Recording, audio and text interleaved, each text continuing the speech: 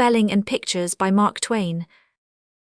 Address at the annual dinner of the Associated Press, at the Waldorf Astoria, September 18, 1906. I am here to make an appeal to the nations in behalf of the simplified spelling. I have come here because they cannot all be reached except through you. There are only two forces that can carry light to all the corners of the globe, only two, the sun in the heavens and the Associated Press down here. I may seem to be flattering the sun, but I do not mean it so. I am meaning only to be just and fair all around. You speak with a million voices. No one can reach so many races, so many hearts and intellects as you, except Rudyard Kipling, and he cannot do it without your help. If the Associated Press will adopt and use our simplified forms, and thus spread them to the ends of the earth, covering the whole spacious planet with them as with a garden of flowers, our difficulties are at an end. Every day of the 365, the only pages of the world's countless newspapers that are read by all the human beings and angels and devils that can read, are these pages that are built out of Associated Press dispatches. And so I beg you, I beseech you, oh, I implore you to spell them in our simplified forms. Do this daily, constantly, persistently for 3 months, only 3 months, it is all I ask. The infallible result.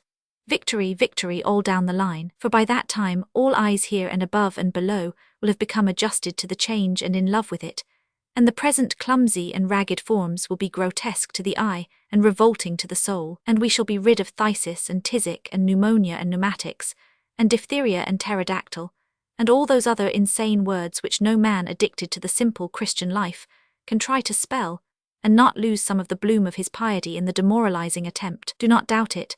We are chameleons, and our partialities and prejudices change places with an easy and blessed facility, and we are soon wanted to the change and happy in it. We do not regret our old, yellow fangs and snags and tushes after we have worn nice, fresh, uniform store teeth a while. Do I seem to be seeking the good of the world? That is the idea. It is my public attitude. Privately I am merely seeking my own profit. We all do it, but it is sound and it is virtuous, for no public interest is anything other or nobler than a massed accumulation of private interests. In 1883, when the simplified spelling movement first tried to make a noise, I was indifferent to it. More, I even irreverently scoffed at it. What I needed was an object lesson, you see. It is the only way to teach some people.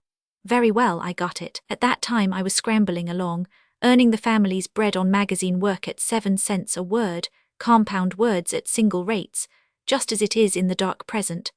I was the property of a magazine, a 7-cent slave under a boiler iron contract. One day there came a note from the editor requiring me to write 10 pages on this revolting text. Considerations concerning the alleged subterranean holophontal extemporaneousness of the conciliacious superimbrication of the ornithorhynchus, as foreshadowed by the unintelligibility of its plesiosaurian anisodactylous aspects. 10 pages of that, each and every word a 17-jointed vestibuled railroad train, 7 cents a word. I saw starvation staring the family in the face. I went to the editor, and I took a stenographer along so as to have the interview down in black and white, for no magazine editor can ever remember any part of a business talk, except the part that's got graft in it for him and the magazine. I said, "Read that text, Jackson, and let it go on the record. Read it out loud." He read it.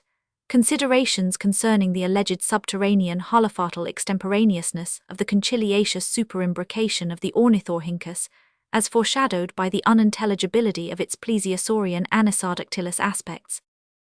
I said, "You want 10 pages of those rumbling, great, long, summer thunderpeals, and you expect to get them at 7 cents a peal." He said, "A word's a word, and 7 cents is the contract. What are you going to do about it?" I said, "Jackson, this is cold-blooded oppression. What's an average English word?" He said, 6 letters.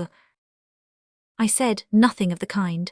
That's French, and includes the spaces between the words. An average English word is 4 letters and a half. By hard, honest labor I've dug all the large words out of my vocabulary, and shaved it down till the average is 3 letters and a half. I can put 1,200 words on your page, and there's not another man alive that can come within 200 of it. My page is worth $84 to me. It takes exactly as long to fill your magazine page with long words as it does with short ones 4 hours. Now then, look at the criminal injustice of this requirement of yours.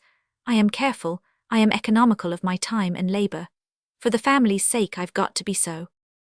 So I never write Metropolis for 7 cents because I can get the same money for City. I never write Policeman because I can get the same price for cup. And so on and so on. I never write valetudinarian at all, for not even hunger and wretchedness can humble me to the point where I will do a word like that for 7 cents. I wouldn't do it for 15. Examine your obscene text, please, count the words. He counted and said it was 24. I asked him to count the letters. He made it 203. I said, now I hope you see the whole size of your crime. With my vocabulary I would make 60 words out of those 205 letters, and get $4.20 for it, whereas for your inhuman 24 I would get only $1.68. 10 pages of these skyscrapers of yours would pay me only about $300. In my simplified vocabulary, the same space and the same labor would pay me $840. I do not wish to work upon this scandalous job by the piece. I want to be hired by the year. He coldly refused. I said, then for the sake of the family, if you have no feeling for me, you ought at least to allow me overtime on that word extemporaneousness. Again he coldly refused. I seldom say a harsh word to anyone, but I was not master of myself then, and I spoke right out and called him an anisodactylus plesiosaurian conciliacious ornithorhynchus, and rotten to the heart with hollow offotl subterranean extemporaneousness.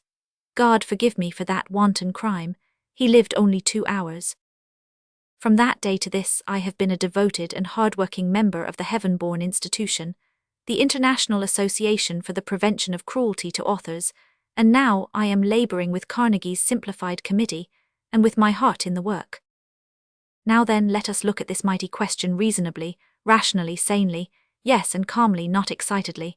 What is the real function, the essential function, the supreme function of language?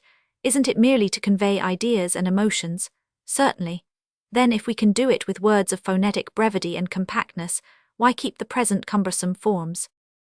But can we? Yes, I hold in my hand the proof of it. Here is a letter written by a woman right out of her heart of hearts. I think she never saw a spelling book in her life. The spelling is her own.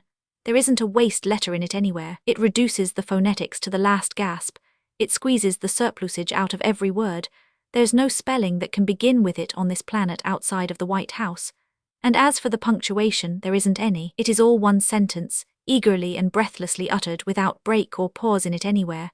The letter is absolutely genuine. I have the proofs of that in my possession. I can't stop to spell the words for you, but you can take the letter presently and comfort your eyes with it. I will read the letter. Miss dear friend, I took some close into the armory, and give them to you to send to the sufferers out to California, and I hate to trouble you, but I got to have one of them back. It was a black all-wool Cheviot, with a jacket to mark trimmed kind of fancy, no 38 burst measure and palsy, mentary across the front, and the colour I wouldn't trouble you, but it belonged to my brother's wife, and she is mad about it. I thought she was willin', but she says she want done with it, and she was going to wear it a spell longer. She ain't so free-hearted as what I am, and she has got more to do with than I have having a husband to work and slave for her eye gels. You remember me, I am short and stout, and light-complected. I talked with you quite a spell about the sufferers, and said it was awful about that earthquake. I shouldn't wonder if they had another one right off. Seeing general condition of the country is kind of explosive. I hate to take that black dress away from the sufferers, but I will hunt round and see if I can get another one. If I can, I will call to the armory for it, if you will just lay it aside so no more at present from your true friend. I liked your appearance very much. Now you see what simplified spelling can do. It can convey any fact you need to convey, and it can pour out emotions like a sewer. I beg you, I beseech you, to adopt our spelling and print all your dispatches in it. Now I wish to say just one entirely serious word. I have reached a time of life, 70 years and a half, where none of the concerns of this world have much interest for me personally. I think I can speak dispassionately upon this matter, because in the little while that I have got to remain here I can get along very well with these old-fashioned forms, and I don't propose to make any trouble about it at all. I shall soon be where they won't care how I spell so long as I keep the Sabbath. There are 82 millions of us people that use this orthography, and it ought to be simplified in our behalf, but it is kept in its present condition to satisfy 1 million people who like to have their literature in the old form. That looks to me to be rather selfish, and we keep the forms as they are while we have got 1 million people coming in here from foreign countries every year, and they have got to struggle with this orthography of ours, and it keeps them back and damages their citizenship for years. until they learn to spell the language, if they ever do learn. This is merely sentimental argument. People say it is the spelling of Chaucer and Spenser and Shakespeare, and a lot of other people who do not know how to spell anyway, and it has been transmitted to us, and we preserved it and wish to preserve it because of its ancient and hallowed associations. Now I don't see that there is any real argument about that. If that argument is good, then it would be a good argument not to banish the flies and the cockroaches from hospitals, because they have been there so long that the patients have got used to them, and they feel a tenderness for them on account of the associations. Why, it is like preserving a cancer in a family, because it is a family cancer, and we are bound to it by the test of affection and reverence and old, mouldy antiquity. I think that this declaration to improve this orthography of ours is our family cancer, and I wish we could reconcile ourselves to have it cut out and let the family cancer go. Now you see before you the wreck and ruin of what was once a young person like yourselves. I am exhausted by the heat of the day.